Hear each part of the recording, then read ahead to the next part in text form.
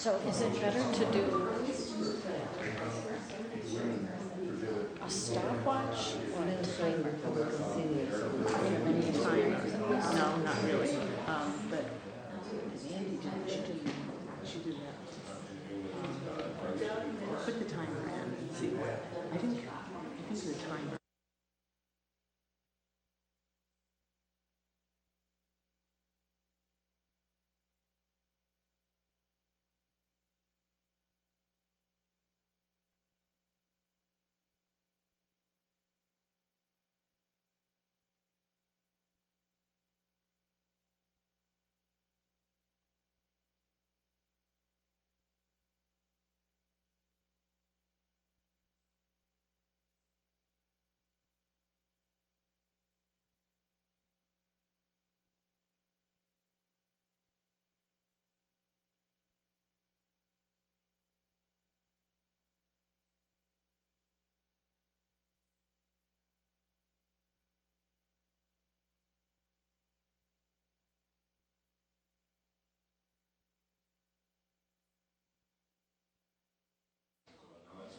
Hello, everyone. Can you hear me on the mic?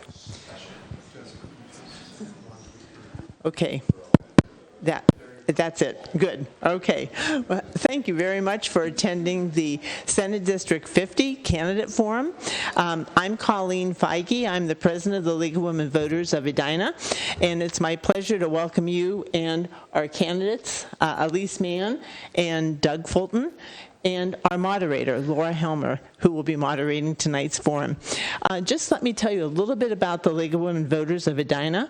We strive to make democracy work by promoting active and informed participation in government, increasing understanding of civic issues, and influencing public policy through education and advocacy. We're proud to join other leagues in Minnesota and in the U.S. as a nonpartisan organization, never supporting or opposing any candidate or political party, at any level of government. But what we do is we work hard to grow, protect, and empower and protect the vote. That's a very important thing to the League of Women Voters. And also, the League of Women Voters Edina is fully committed to diversity, equity, and inclusion in principle and in practice. DEI is central to LWVE's success in engaging all individuals, households, communities, and policymakers in creating a more perfect democracy. You notice democracy is a very important word in the things that we do. So with that, I would like to turn it over to Laura Helmer, who's the moderator this evening. Laura is a member of Eastern Carver County League of Women Voters, and she's also the president of League of Women Voters of Minnesota. So thank you very much, Laura, and have a nice evening. Thanks, Colleen. Welcome, everyone, and thank you for attending or viewing this candidate forum. As a result of redistricting, the city of Edina is now split between two Senate districts, 46 and 50, and between two state House districts, 46B and 50A. This evening's forum provides an opportunity to hear the two candidates for State Senate District 50. Many issues important to voters will be discussed tonight, and we will try to cover as many issues as possible in the time we have. If your specific question does not get addressed tonight, please feel free to contact a candidate directly. I will now explain the rules and the format of tonight's forum. The candidates are asked to remain seated throughout the entire candidate forum. A candidate will have 2 minutes to make an opening statement and up to 2 minutes to answer the question that was sent to them in advance by League of Women Voters Edina.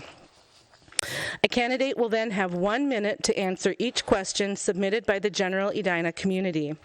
There will be a few questions that allow for a 2-minute answer, and I will indicate those in advance of the question being asked.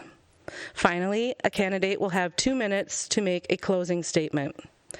League volunteers will time the candidate's responses and indicate to the candidate when they have 60 seconds remaining for a 2-minute question, 45 seconds, 30 seconds, 15 seconds, and then when he or she must stop. The moderator and League of Women Voters Edina determine which questions will be asked and attempt in good faith to cover the topics of interest indicated by the submitted questions. All written questions become the property of League of Women Voters Edina. The City of Edina, our host for this forum, decided in 2022 that they will not live stream the candidate forums on any of their online platforms. The city is, however, recording the forum and will provide an electronic copy to League of Women Voters Edina at the end of the forum. They will put the recording in its entirety on their website the next day, and that is lwvedina.org. And this forum can be found under the heading Past Events. Now I would like to introduce the candidates with us tonight. We have Alice Mann and Doug Fulton, both candidates for State Senate District 50. Each candidate will now have 2 minutes to make opening remarks. And just a reminder to candidates, please speak directly into the microphone when answering questions. And we will start with candidate Mann. Thank you so much, Laura, and thank you everyone for being here today, taking time out of your day to be here and to watch in the future, hopefully. My name is Elise Mann. It's spelled like Alice, and I am an emergency room physician. I do international medicine, which I love, and I've practiced medicine all over the world. And I'm a medical director at a facility that treats women with substance use disorders. I'm also a former member of the Minnesota House, where I was at in 2018 to 2020. I did not run again in 2020 because of COVID-19. I went back to the hospital full-time. It was a very dark time in medicine, and that's where I felt I was most needed. Now, as a physician, I have the privilege of hearing people's not only their medical concerns, but also their personal concerns. And these stories over time got worse and worse. So stories about unaffordable mortgages and rents, and people working 2 jobs and still not making ends meet. People rationing their medications, right? Taking their meds every other day, or turning down medical tests because they couldn't afford the co-pays or the deductibles. I started taking care of patients over the phone and arguing with insurance companies during my day. I then went to Puerto Rico to provide care after Hurricane Maria, and I went to provide care at a Syrian refugee camp, and I saw so much suffering that I knew that I had to do more. I knew that if I wanted to actually take care of people again, if I wanted my patients to take their medications daily without concern about putting food on the table, if I wanted my 3 sons to have the education, the world-class education that I had growing up in Minnesota, then I was going to do more. And so that's why I'm here today. I am a member of this community. I am concerned about where we're going to go in the future, what our future looks like, not only in this community, but also in our state. And once again, I'm ready to do more. So again, I thank you all for being here today and in participating in our democracy, which is more important now than ever. Thanks again. Thank you, Elise. Doug Fulton. Laura, thank you, and welcome to everyone who's here today. My name is Doug Fulton, and I'm running to be your next state senator representing Bloomington and Edina and St. Paul. And I'm honored to run for this position to represent you and your families. My wife, Cindy, and I have been part of this community for over 2 decades. We've raised our children here, we worship here, played here, invested our lives in this community. This district is home to some of Minnesota's most wonderful resources: schools, hospitals, parks, churches, neighborhoods, housing, and businesses. And for decades, our community has benefited from those resources. Our schools have been the strongest schools in the state. Our neighborhoods have been safe and secure. And because of the commercial corridors we enjoy in both Bloomington and Edina, we've had one of the strongest economies in the state. All of that is at risk today. We are facing one of the highest crime rates in history. Last year, there were 100 murders and over 650 carjackings in the city of Minneapolis, right next door. Businesses are fleeing downtown, and today Nicollet Mall is unrecognizable. And that crime has pushed into our communities. Carjackings, stolen personal property, shootings, even at nearby hospitals. Our schools are suffering. Scores in reading and math have fallen every year for the past 10 years, despite spending more money every year on our public education. Our younger children are falling further and further behind in basic reading skills. Our government's decision to close public schools during COVID has led to mental issues for many of those children. And inflation is hurting our families. High prices in food, gas, and basic necessities are impacting our basic living decisions. When you combine high inflation, caused mostly by our federal government, with the high tax rates in Minnesota to begin with, many of our families are wondering what has happened to our state. and many of them are leaving. 34,000 of our residents have left in the last 8 years. So we have work to do to repair the damage that our policies have done to our state and our communities. We have to start now. Let's get to work to turn Minnesota around before it's too late. I look forward to this conversation, and again, thank you for providing the opportunity. Our first question was sent out to candidates by League of Women Voters Edina in advance. Each candidate will have 2 minutes to respond. Let's begin with candidate Fulton. Thank you. My top priorities will include, in legislation next year, will include securing the safety, the educational success, and the economic stability for the families of our district. I hope to build a bipartisan coalition that will work together to do several things. One, properly fund and empower our police to properly enforce the laws that are on the books to bring security back to our communities. When you go to our website, fultonforsenate.com, you'll see that we are proposing specific legislative ideas to support law enforcement, get tough on criminals, and provide for transparency and accountability. We need to step up and support our law enforcement community and provide the resources necessary to restore security to our community, neighborhoods, and business. Number two, we need to support our students and our families. Our children are paying a steep price for the school shutdowns related to COVID, and whether they're behind academically or experiencing teacher and resource shortages or mental health issues, we need to get our kids back on the right track. Our ideas include using budget surplus dollars to develop high-impact tutoring programs, expanding access before and after school learning, and continuing to support school choice options for families looking for alternative facilities. Lastly, we need to grow jobs in our state and make Minnesota competitive again. We're going to focus on making Minnesota competitive by promoting lower taxes, eliminating certain taxes that make Minnesota not competitive, such as the Social Security tax. We need to create an economic environment in our state that attracts new workers, encourages companies to start and expand here, and that encourages our neighbors to stay in Minnesota, not to move to another state because of lower taxes. There will be other priorities, but when I am elected, I intend to focus on these issues that matter to Minnesota in order to help turn Minnesota around. Candidate Mann, what is your top priority for the next legislative session? Thank you, Laura. So in 2023, one of my top priorities is going to be to build an all-inclusive state office. And I'm not talking about a brick and mortar office. What I mean is that I plan to continue to engage with constituents. And this is a priority for me because for too long, I feel like House members and state representatives are out of reach for a lot of people. And this leads to distrust in elected officials and a further divide between people. And I want to change that. I want all members of the community to know that they have a place in my office, and that takes work. The policy side of things comes without any issues, right? I had 7 bills that became law in my first year in the legislature. Big bills that required bipartisan work. So we passed, for example, the strongest bill in the country licensing pharmacy benefit managers, who are a middleman in the pharmaceutical chain that will increase your price without any heads up or without any oversight. We established the Chloe Barnes Rare Disease Advisory Council, which is now a national hub for physicians and for patients dealing with rare diseases. We decreased out-of-pocket fees for families who have children with disabilities by 15%. And so the healthcare, the education, the environment, reproductive rights, all that work will get done because my time is very precious and I do not mess around. But I do want to focus on bringing the community with me when I do that, and that is very intentional work that I want to do. So that if we disagree on something, we understand the reasons behind those arguments and we can learn from each other, which is something that we are really lacking these days, right? Open communication, which in turn builds trust. And so we as a state cannot move forward if we cannot communicate with one another. And so again, I plan to work very intentionally on that. This next question goes to candidate Mann first. And these are questions that were submitted by the community to League of Women Voters Edina by either email or here at the forum tonight.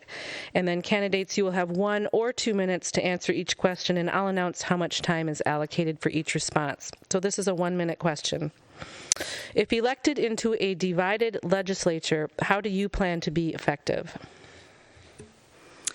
So again, I was elected into a divided legislature in 2018, and I was very effective. Again, in my first year, 7 of my bills became law, very large bills. 3 of the ones I already talked about. We also secured funding for the tobacco quit line because we know that prevention is where we should put our money in. And so we did that. And what happens is it's very easy to sit down with someone that you disagree with politically and find something in common. And then from that conversation, from that relationship, you build to find things that you can work on together to move the state forward as a group, as a team. And so, again, that's something that I have a lot of experience in. Bringing a public health perspective to those conversations has also been very helpful, and I hope to continue doing that work that I've been very successful at. Candidate Fulton. Thank you, Laura. I've spent a lifetime building relationships. I have a 35-year history working in the commercial real estate business, and what I have done in my professional world is represent transactions on both sides of a real estate transaction, both the buyer and seller. So I've been bringing buyers and sellers, tenants and leases, and landlords together my entire professional life. So I feel like this is a perfect job for me to be able to go to St. Paul and be able to facilitate discussions. I also want to say that one of the things I've done in Edina is I chaired the parish council at OLG, our Catholic church, during COVID. The spiritual leader asked me to lead that, and that was a great period of time for me to be able to bring the entire parish together, to be able to get people back to the parish after COVID, and to be able to build community and keep community. Communication is really important, and being able to set goals and objectives is what I've been able to do my entire career. Thank you. Candidate Fulton, this is a 1-minute question. What is your position on requiring registered voters to show photo ID to vote and on Election Day registration for voting? Well, I appreciate the question, and I just think it goes to the issue of what process are we going to have set up for voting today? I'm someone that believes that we need to do a lot of outreach to people, and we want to make sure we create a great and easy way for people to get to the polls. But I am someone who does believe that we should have people that vote on Election Day. And so for me, I would try and make sure that we had pre-election voting available for those that aren't able to be able to get there for some physical reason or for some travel reason. But otherwise, I would encourage people to be able to vote on Election Day. And I would say, with respect to the ID issue, I don't think it's unreasonable that we would expect people who are here and who are citizens to be able to show an ID to vote. Candidate Mann. Thank you, Laura. So I think that people should be able to register in advance. It is unreasonable to require people to register on the day. Many things happen in a day that prevent you from getting there and doing that. And we know that IDs prevent people from voting. It prevents people of color from voting. It prevents elderly people from voting. It prevents people with disabilities from voting. So having that in place, and we know because this is data driven, we have seen the numbers in states that do this, less people vote. In Minnesota, we have very safe elections with several checks and balances, and we don't have an issue with, rampant voter fraud or any of those things. So I think we should do as much as we can to encourage people to vote and make voting as easy as possible. Thanks. This next question came from several members in the audience tonight, and it will go to Candidate Mann first. And I think this should be a 2-minute question, please. Given the recent Supreme Court ruling regarding Roe v. Wade, state legislatures may be enacting new laws regarding women's reproductive health issues, including access to care and abortion. What measures, if any, do you think the Minnesota legislature should enact regarding women's reproductive health and abortion? Thank you, Laura. So I think that the state legislature needs to protect women's health. Abortion is a necessary medical procedure. And when we ban necessary medical procedures, women die. So, for example, how do you treat an ectopic pregnancy? Abortion. How do you treat a septic uterus? Abortion. We know that in countries that have outlawed necessary medical care for women, women die.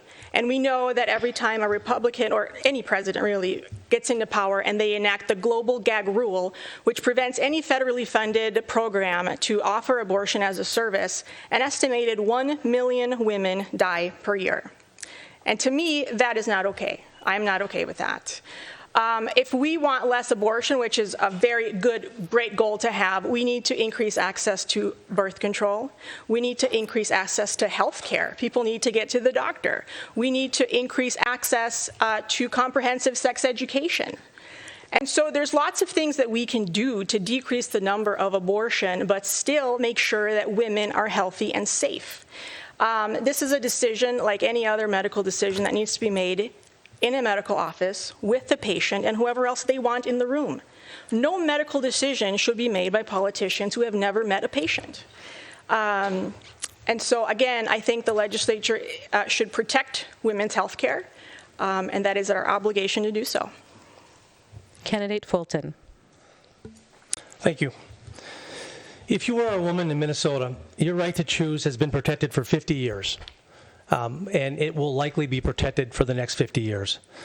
The right to choose is protected by the Minnesota Constitution and can only be changed with a constitutional amendment voted on by Minnesota voters. This legislative session, we won't be visiting that issue because it's not an issue that the legislature will take up, nor can it take up. Let me say, because I'm sure you will ask, personally as a lifelong Catholic, I am pro-life, and I respect the rights of the unborn. I understand for many women that this is a deeply personal issue, and I respect that. But for anyone that tells you that one of their top priorities is protecting your reproductive rights, they're really just trying to change the subject away from other issues that really matter to Minnesota today: crime, inflation, and failing school policies that have put Minnesota in a downward spiral. So when the legislature convenes next year, those are the issues that I'm going to focus on. Thank you. The next question is also a 2-minute answer, and it will go to candidate Fulton first.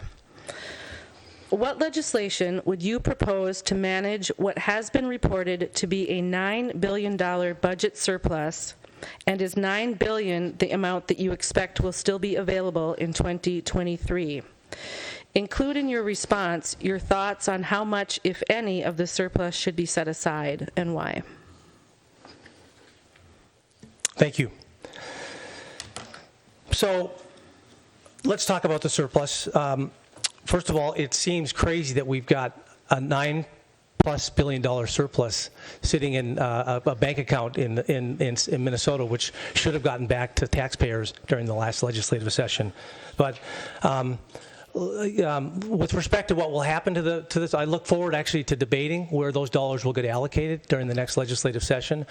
A third of those dollars are legislated to the rainy day fund, so some of that money will already be allocated. We're going to recommend, and you can go to our website to see specific programs where we're suggesting some of that money be allocated back to both law enforcement in terms of trying to shore up some of the shortage of law enforcement people today, as well as to schools to try and help kids who are having issues. We would anticipate using some percentage of the remaining deficit or the remaining surplus to help with those programs. But we also think that a lot of those dollars should go back to the taxpayers that paid it in.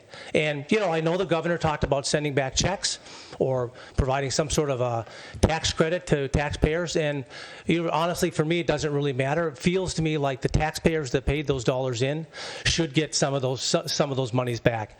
It is an opportunity, though, to be able to take some one-time money and be able to change some of the taxes in our state that are unfair and that are hurting our some aspects of our community. For example, one of the proposals in the last legislature was to take some of those dollars and eliminate the Social Security tax that Minnesota has. That's a huge tax and a huge burden on our seniors. That's an example of a tax where I would recommend we take some of those dollars and put it towards erasing some of those taxes that are unfair today. So it's good that it's bad that we have the surplus, but I look forward to figuring out ways to put them to good use. Thank you. Candidate Mann. Thank you, Laura. So I just do want to say that reproductive health care will be taken up in the legislature this coming year. It's taken up every single year when votes are taken to restrict access to care, so it will be taken up. Second, the projected surplus of $9.2 billion for 2022-2023, which is going to go down to about 6.2 the following year. After inflation will be about 5.2. Some of that, again, has already been allocated, but what I would do is, first I would take $300 million of that to expand Minnesota Care to every single person in the state of Minnesota so that every single person has access to health care. We have about 250,000 people who are currently uninsured and hundreds of thousands more who can't access their health care because of high prices of deductibles and co-pays. Two, I would fund the special education cross-subsidies so that our public schools can use their revenue to fill in the gaps where they actually need it. And that way we don't have to rely on property taxes and our senior citizens to pick up that cost anymore. I would invest money in technology advances to protect our environment, such as at the U of M, they are making metals in a lab so that we don't have to mine for them anymore. I mean, that's spectacular stuff that we need to invest in. And lastly, I would also put money back into the pockets of our hardest hit Minnesotans.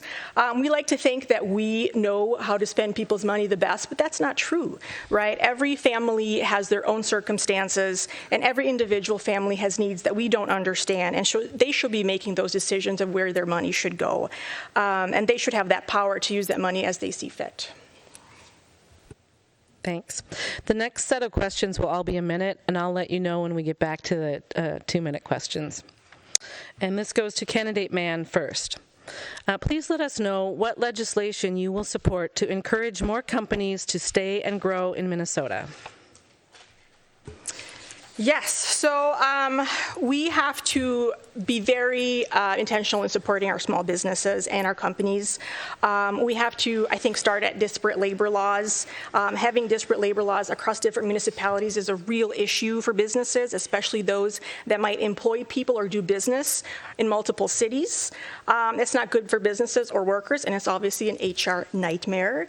I think overregulation is also a problem. Anytime that you can simplify or change rules and regulations into plain language or guidance for businesses, that's a plus. I had a patient who opened up her own business recently, and the city staff that advised her didn't know the exact regulatory standards, so she got bad advice, and she had to go back and spend another $8,000 to upgrade her regulation.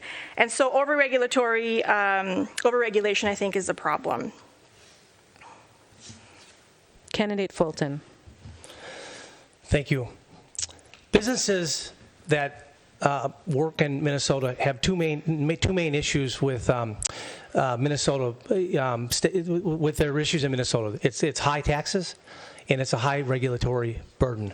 So we need to work really hard to make sure that we create an environment for companies, small and large, to be able to not only start their companies here, because we have such a great place for businesses who start their companies here. We have a wonderful labor force. We have great education. But we've got to make sure that we're creating a competitive situation for all businesses. I served on the Minnesota Chamber of Commerce for 6 years, on executive committee for a couple of years. So I have really studied and talked to a lot of the companies that are here. And in addition to that, the National Federation of Independent Businesses, Small Businesses, endorsed our campaign, as well as the Minnesota Chamber. So helping support our job creators is what's going to help Minnesota come out of some of the issues we're in today. Thank you.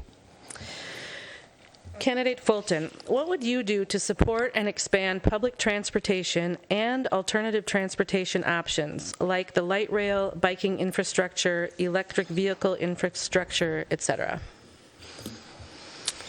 Thank you for that question. And I assume one of the things I would make sure we do is we think through projects like the Southwest Light Rail, which we're $1 billion over budget on, and almost double the timeline it's taken to put that program in place. our community is built on a transportation system that is worked really well over time, and it's really critical today because we have a downtown core that is not working. So we've got to figure out a way to support the transportation systems that we have in place today and make sure that they start running. So that may be one of the things we're going to have to take up in the legislature is to say, look, we have got to get our bus system starting to work because we've got to encourage the job creators today to get their employees back downtown, which is going to require a strong transportation system. Candidate Mann. Thanks, Laura. So we have to, I think, look at transportation through a public health, a population health, and through an environmental lens going forward. Building bigger highways is not going to be the answer, right? So first of all, we need to look at how communities are structured. Do we have necessities, jobs, education, groceries, everything available within a short distance?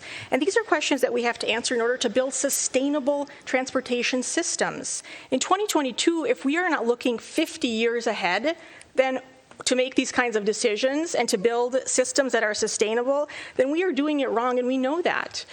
We need to look at a bus rapid transit, which is more flexible way to travel. You can take it on the highway, it's faster, it makes transit more appealing, fewer stops, and we need to, again, invest in those community resources so we do have accessible bike lanes and other modes of transportation. Again, looking at things through a public health and an environmental lens. Thanks. Candidate Mann. Many are concerned with increased gun violence in our communities. What legislation, if any, would you support to help reverse this current trend and respond to the need for safer communities? So I think we need to establish that gun violence is a public health crisis in America. The laws as they stand are insufficient. There are major loopholes that need to be closed. Half of all sales are done at unauthorized locations through private sellers, for example.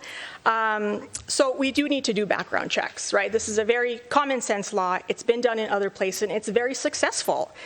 This does not take the guns away from any law-abiding citizen, but if you have a history of domestic abuse or violent behavior, you shouldn't have a gun. It's pretty simple. Police support these laws. They also support red flag laws, which will take guns away from individuals at high risk for violence.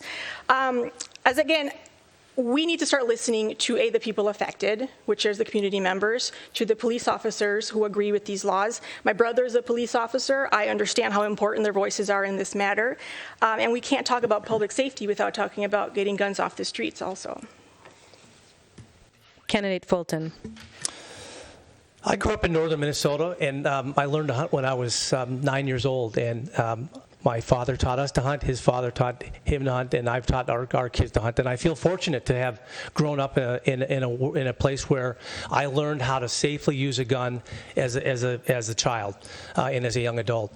I agree that what we need to do to make guns more safely is, by the way, we do have background checks today for most purchases of most guns. So, but I would agree that we need to do background checks, and then I would also say that, I'm open to having a conversation about people. Today, if you're under 18 years of age, you need to take a hunter safety course. And I would be open to the idea of having anyone who buys a gun be required to take a hunter safety course. And I think that would potentially help us with some of those issues. Thank you. Candidate Fulton. What legislation would you support to ensure that access to affordable health care and prescription drugs are available to all Minnesotans?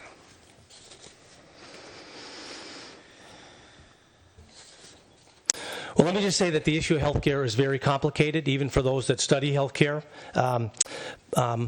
It's important that everyone have access to healthcare, and we have a system today that is built on sort of three tranches. We have people that get private healthcare through either their employers or through other programs. We have programs that are sponsored by the federal government, and we have programs that are sponsored by the state of Minnesota. And And it's an expensive program, but we are, as a state, it's important for us to be able to make sure that we have good access to health care for all of the people in our state. So I would say that we have to continue to look for ways to keep health care competitive. I would support legislation that would make healthcare portable. Today, if you're working for a private plan, you're not able to take that to leave one company to another. I would be interested in that as an issue, and I understand how important it is for all of us to be able to have a good healthcare program. Thank you. Candidate Mann. Healthcare in 1 minute. Here we go. So no one should go into poverty because they're clawing their way out of a medical bill, which is what happens in America all the time. In the U.S., we pay more per person than any other country in the world. We do not have the healthcare outcomes to show for it. World Health Organization ranks us about 37 in the world, and what those 36 other countries above us have in common is universal health care. Universal health care can be done in multiple ways. It can be a tiered system, it can be a single-payer system, it can be an insurance mandate. We can do it in many, many different ways, but we have to get there because people are dying in America because they don't have health care, and that is unacceptable in the richest country, one of the richest countries on the planet. We are clearly doing something wrong, and so I did write and carry the Minnesota Care Expansion Bill while I was in the House, which will provide care for anybody who opts into that program. It was affectionately called the Mann Plan, and I plan to carry that bill again. And I could talk about healthcare for the next hour, but I will be done now. Thank you. All right, now this is a 2-minute response. Candidate Mann. As of July 1st, 2022, Minnesota has a new law regulating the sale of food and beverage products containing limited amounts of THC derived from hemp. What do you see as the benefits and/or drawbacks of this law, and what, if any, changes or additions should be made to this law? Thank you, Laura. So, legalizing marijuana is, of course, a hot topic for multiple reasons. The gummy law that passed was passed because these products are already being sold in Minnesota without any regulation.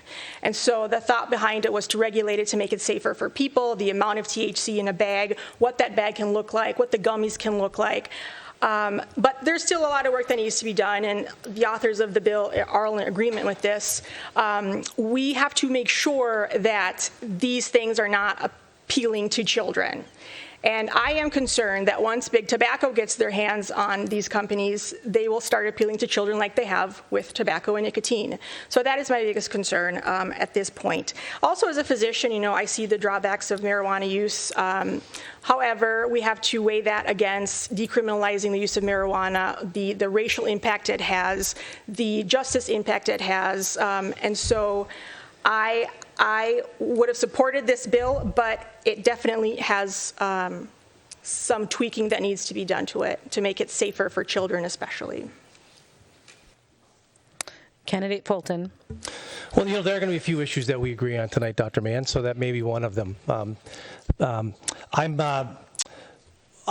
bill that passed with the THC gummy bear bill was one that passed very quickly, and if you've read about it, it was there's lots of questions about how many questions were not asked when that bill came before the Senate and before the House in order to get passed. So I would agree for the same issue that Dr. Mann talked about. There are questions about how to be able to access and control those pills those gummies that are going to children. Generally speaking, medical marijuana is in my view, is an acceptable practice as long as it's managed by a healthcare person who's knowledgeable with that. But I do still think the long-term use of marijuana for recreational use should be analyzed. I mean, there are lots of studies that are out today that are showing a link between long-term marijuana use and long-term illnesses. So I think as we continue to sort of look at that drug and how we use it for both medical uses and for recreational uses, we've got to really be careful about the decisions we make there. Thank you. This is a 1-minute question. Candidate Fulton, do you think workers should have access to comprehensive paid family and medical leave? Why or why not? And if yes, how long do you think the leave should be? Well, I think if you're an employer today and you thought that family leave was the only thing that that was keeping you from hiring someone or not hiring someone, you would offer that family leave in a heartbeat. The job market, as you probably know, is really tight today for workers. I think family leave should be given. I mean, I think it's really important for a mom and a dad to be able to bond with their child. And I know that a lot of companies argue that it's particularly small companies, that it's a burden on their expense. But, we're in a marketplace today that's in competition for employees. And so I would say that, and the other thing I would say, by the way, is this remote work from home scenario has probably taken away a lot of the issue for companies not to offer family leave. I mean, we have 30% of our workforce today that have employees, at least in the knowledge work area, that's at home anyway. So I would support it, and I would say it's going to end up being, I would support a range of somewhere between 6 and 12 months. It depends on the company and it depends on the industry. Thank you. Candidate Mann. I absolutely support family leave. We are one of, I think, 2 or 3 countries now in the world who do not have paid family leave for their employees. The states that have done it in the U.S., we see such incredible benefits. We see health benefits for the mother, decreased mental health issues, increased rates of breastfeeding, which then have increased benefits for the child, decreased hospitalization, decreased pneumonia, ear infections. So staying at home with your newborn is a big deal. And of course, taking care of a loved one is a big deal also. I would disagree a little bit in that working from home alleviates those issues, because if you've ever tried to take care of a 3-year-old and work from home, it doesn't work out that well. So, or a newborn and work from home, it's not very easy. And of course, it keeps small businesses competitive. Those small businesses now can be on the same ground as the large corporations, and that's a very important way for us to support small businesses. Candidate Mann, this is a 1-minute question. What do you see as the role of the legislature in addressing housing inequities? We have so much that we can do for housing inequity, and of course, housing is a very big deal. If you look at that Maslow's hierarchy of needs, shelter is at the bottom. If you don't have shelter, you can't achieve self-actualization. You can't get up on that pyramid, and so we're stuck. And so at the legislature, there's lots of things we can do. We can provide incentives to builders. We can have more vigorous city planning for better zoning, and we can look at this through an environmental justice lens as well. We can decrease burdensome bureaucracy that is costly but provides very little in safety or other returns. And we can work with lending companies to provide more low-interest loans to allow for smaller down payments. We fill up jobs in our community, things like Starbucks or something, but then we don't offer them housing. We're essentially saying, you can come into our community to serve us, and then you have to leave. And I'm sorry, but nobody was put on this planet to serve you, and so we need to make sure we are housing all of our citizens. Candidate Fulton. I think it's really important that we look at this housing issue and make sure that we're providing the right resources to the subset of our population that needs housing that doesn't have it today. So I would encourage our cities and our counties to make sure that we're looking at ways to be able to support the low-income housing component. And I would also make sure that that we're putting low-income housing in places that it can be supported with jobs and near employers that have job opportunities. So it's really important to be able to look at this thing from a sort of a multi-issue perspective. One of the things that happened last year in Minneapolis and St. Paul was there was a law that capped the rental increase in apartments, and it actually passed in St. Paul, and that has created an issue for some of the market-based apartments that are there today. So we have to be careful a little bit on some of the laws that we're passing where you're taking them out of the market. Thank you. And now we'll have a series of 2-minute questions, and I'll let you know when we're back to 1 minute. Candidate Fulton. First, some background on this. City leaders have put forward $64.6 million investment plan to complete a conversion of Fred Richards Park into a multifaceted park and reinvest in Braemar Park. On November 8th, Edina voters will decide whether to approve a local 0.5% sales tax to finance the first phase of this investment. The remaining $25.3 million of the investment plan was not approved in the 2022 legislative session. So the question is, will you advocate for legislation allowing the City of Edina to seek voter approval in 2023 for a 0.5% sales tax for Braemar Arena improvements, equaling that $25.3 million? And if yes, please describe how.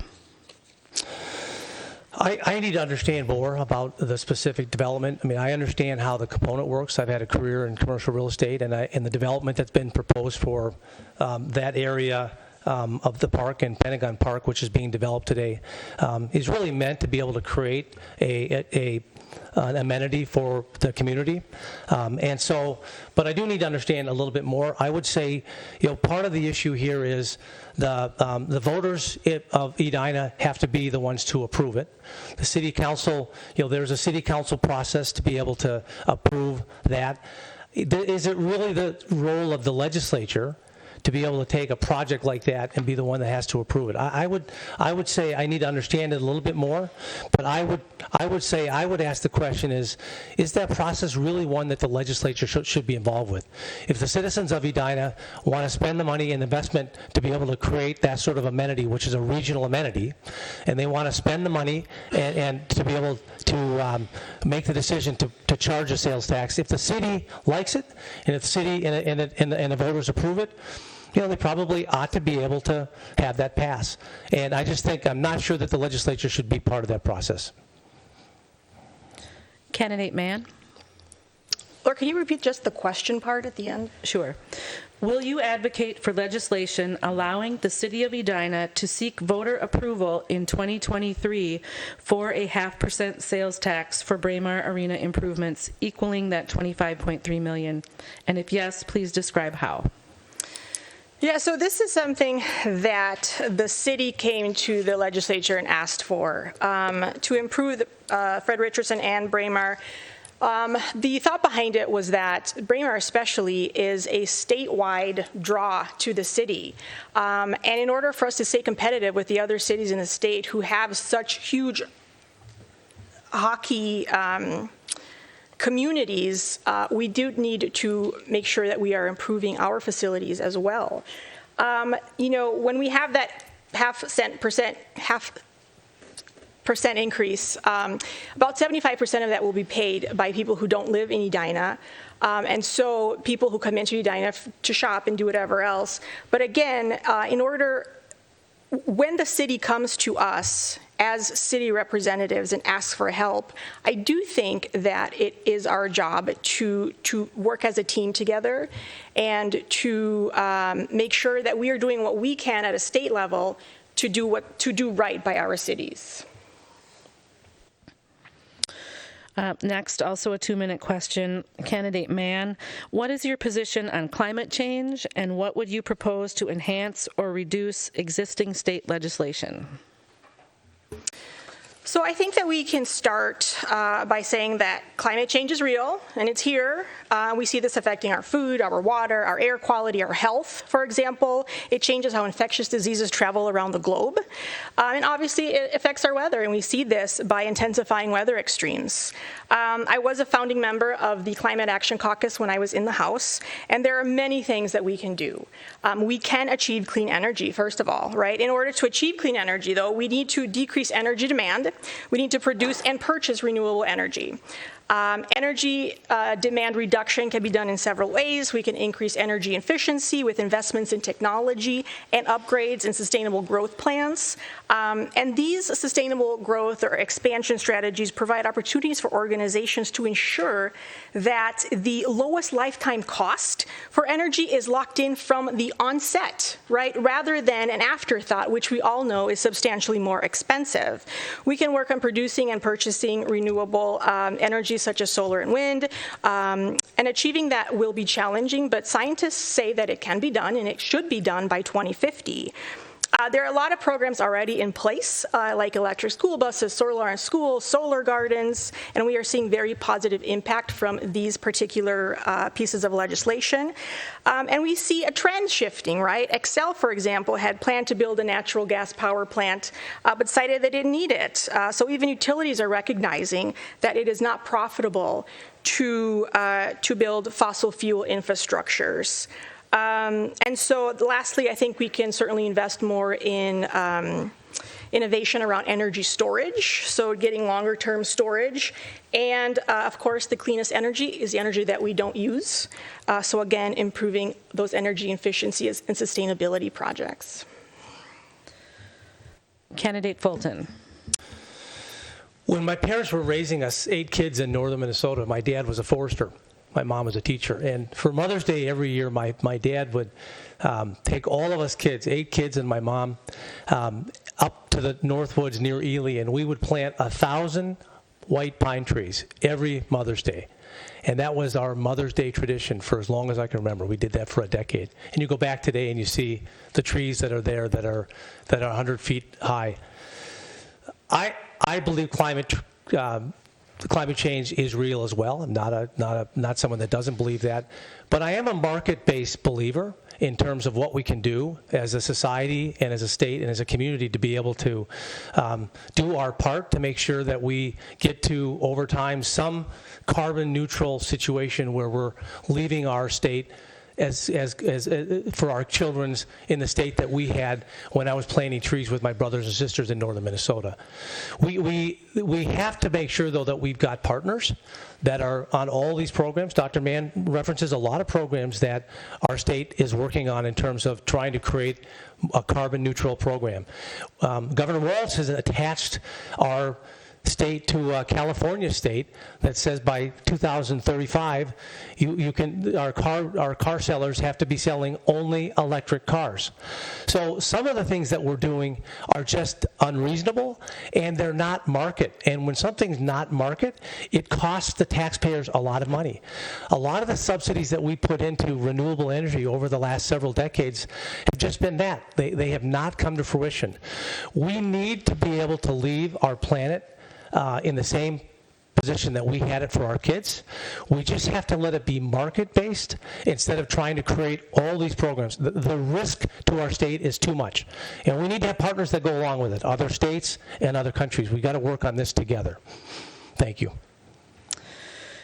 Candidate Fulton. This is a 2-minute question. We have a lot of 2-minute questions. Have you noticed that, Dr. Mann? There's a lot of big subjects. An anaerobic waste digester was the subject of a recent article in a local newspaper and part of Hennepin County's Climate Action and Zero Waste Plan. The article indicated that Hennepin County government officials will be bringing a request for approximately half of $45 million to the next state legislature for the waste digester. The waste digester essentially converts meal scraps and other organic materials into natural gas, compost, and fertilizer. What are your thoughts about state money being used to fund some portion of this county project? That goes to me. Mm-hmm. When I was my first job out of high school, I worked for a paper company called Blandon Paper Company in northern Minnesota. It was our hometown. It was the biggest employer in town. Blandon Paper Company had 2,000 employees. We made all the paper for. Back then, everyone read magazines, Time Magazine, Newsweek. All that paper came out of northern Minnesota, Blandon Paper Company. And I worked in one of the areas that brought all the wood chips in to create electricity. Because we used so much electricity, we had a contract with the utility in town, but we also had our own utility plant on site, where all the sort of, when you cut down trees, all the branches and all the chips would get brought in, and we would bring it in and we would burn it and we would make electricity. It's the same concept, and the fact that we can take waste that is today going to a landfill and just composting there, I would be very supportive of that. Now, I haven't studied the bill and I haven't studied all the economics and the science behind it, but in general, if it's doing the same type of thing that we did in northern Minnesota, where you're taking waste that otherwise would be going to a landfill or laying on the ground of a forest, just rotting into the ground, I would say it's a great use. And these are the dynamic ways how we can use technology and good research to be able to do some of the things we're talking about, by getting to a more healthy planet. Thank you. Candidate Mann. So the question about using state money to fund county projects. So in my opinion, in order for there to be a use of state money to do anything, I need to see data. If we know that X amount of waste becomes X amount of compost through these anaerobic digesters, and we know that X amount of waste needs to be used for this to be a cost-effective project, then do we have the data that's available? If so, and it's something that works, we've seen it work in other places, then I think we should, right? Especially when it can be used as a pilot program. So we use it in a county, the county has success, we decrease waste, we increase compost, whatever it is. It could be something totally not related to this, and we show that it works in other places, then we show that it works here. I think that we can use state money for that, and it's a very good use of state money because we know it is a program that works. One more 2-minute question, and then I'll follow up with a 1-minute, and then it will be time for closing remarks. And this goes to candidate Mann first. Please describe state-level education legislation you would support to ensure all Minnesota children receive a high-quality public education. Thank you, Laura. So public education should be in the grasp of every child in this state. And the responsibility to fund this education should not be passed down to our taxpayers, and I've said this before, and to our elderly. There has to be a dedicated funding source at the state level. And we need to fully fund things that aren't currently fully funded, right? The special education cross-subsidy, the English language learners cross-subsidy, because in 2022, there is zero excuse to leave any child behind. Then we can decrease our dependence on levies and, again, property taxes to get that work done. And we need to start early. We have seen the data that birth to 3 brain development is crucial. So kids without these services at that age are already behind. And we have about 35,000 kids in Minnesota who start behind on day 1. Education opens doors to everything. I've said this before, but our job as legislators should be to open as many doors to as many people as possible. And so when you have an educated population, you have an educated workforce, if you decrease the numbers of kids that aren't graduating, when you decrease the numbers of kids who aren't graduating, you have a more robust economy, right? Productive members of society. This decreases our cost of healthcare. This decreases our dependence on government dollars. And taxpayers end up suffering at the end of the day. So we need to make sure, again, that public education is one of our biggest priorities. We have been cutting public education costs for the last decade. We had a bump in the funding in 2020, which hardly made up for the decades of cutting costs that we have had. And so we need to make sure we know where our priorities are this coming election. Candidate Fulton. Thank you, Laura. We've done a poor job in public education in Minnesota, and the numbers and the data support it. We have put more and more money into public education in the past 10 years, and for every year in the last 10 years, our results in reading and science and math have come down, down, down every year. So we have to figure out what is happening that is leading to those outcomes. Public education is really important. Education in general is very important. Minnesota is one of the strongest states, has historically been one of the strongest states for a labor force that's well educated. And you know what? That is why so many of our occupiers are here today. So many of our companies are here for the workforce. But you know, families have the ability and the right to be able to pick the right choice for their children. And that's why I think what we've seen with the poor results in the public school system is we've seen such a resurgence in this public charter school phenomena that we've had over the last really almost 18 years. There's about 70,000 kids today that are in public charter schools. And so hopefully what will happen is that as we continue to put pressure on the public schools in order to provide a better outcome, we'll start to see that the teachers union and those pressures that are trying to figure out how to make sure that we're providing a better product will get smart. We've got to figure this education system out right. It's one of the most important things that we have as a state. And so when I'm in St. Paul next year, we're going to look at it. We do spend a lot of money. We spend 42% of our general budget, general fund budget in Minnesota in education, and we're not getting the right investment back. So we need to work on that problem. Thank you. All right, this will be the last question before closing statements, and it's in 1 minute.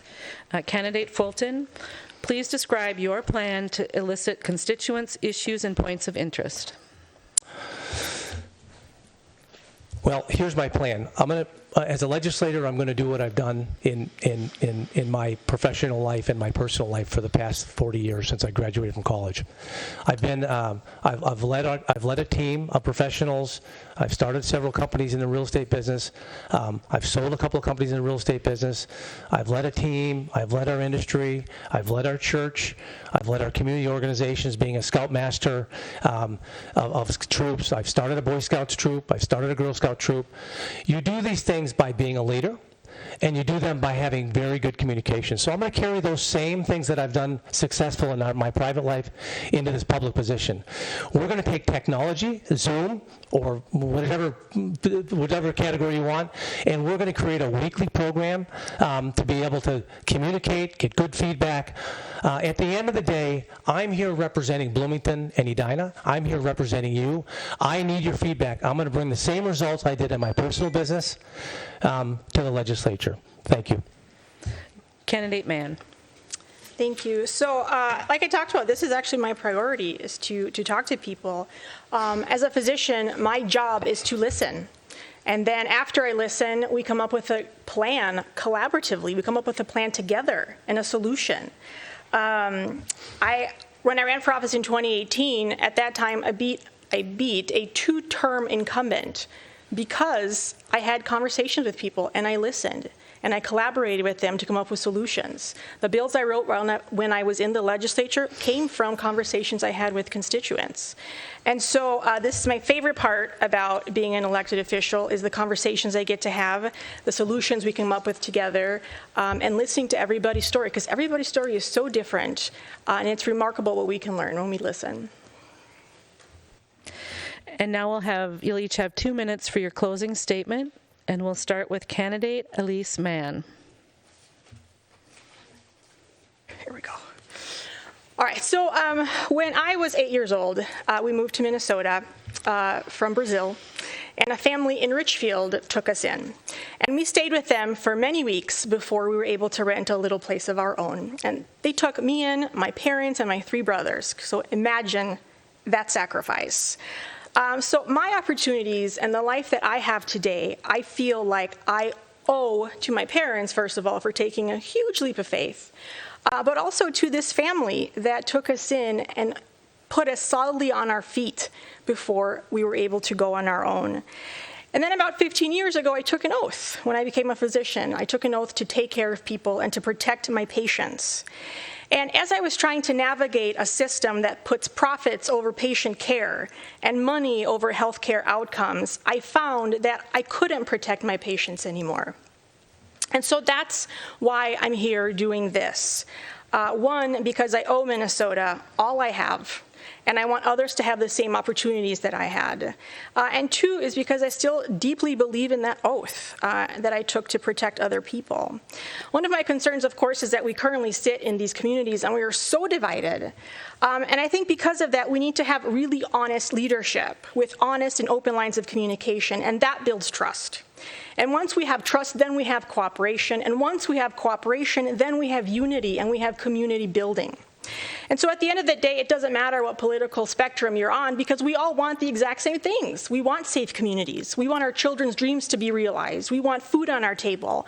We don't want to go bankrupt from a medical catastrophe. I just had a conversation with someone who told me that in the last 5 days of her husband's life, she had to argue with the insurance company about what they would and wouldn't cover during his hospice stay. And that is something that nobody should have to worry about in the last 5 days of somebody's life. So if we can come together as a community to fight for those common goals, I really believe that we can do really spectacular things in this state and for the people in it. Candidate Doug Fulton. Laura, thank you, and thank you for your questions and input this evening to everybody. Conversations about relevant issues like this are important for our state, our communities, and our families. And one of the things that I have profoundly come to understand in the last 100 days is how polarizing our politics have made us, not just as a country, not just as a state, but even as neighborhoods. I hope to bring a fresh perspective to St. Paul, not one that looks at things about who wins and who loses.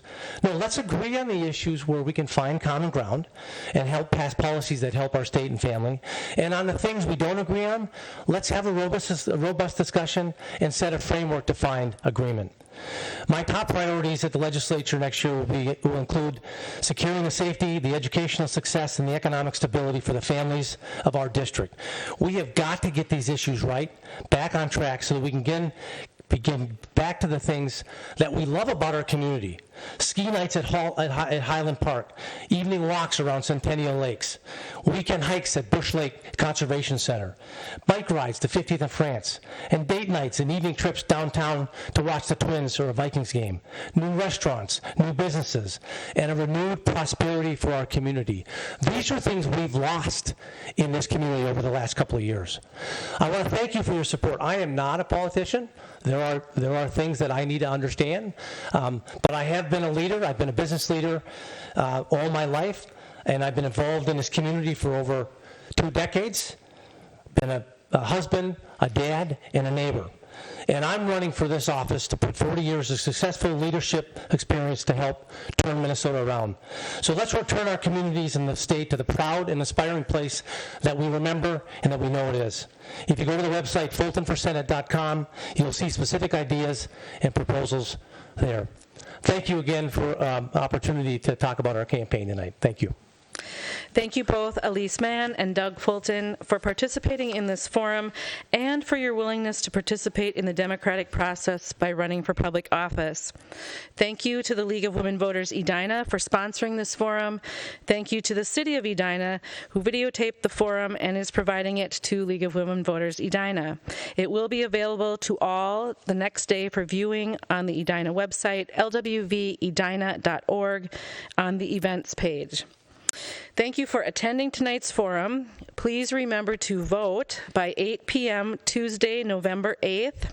Early voting starts on Friday, September 23rd at Edina City Hall. And this concludes the forum. Good evening.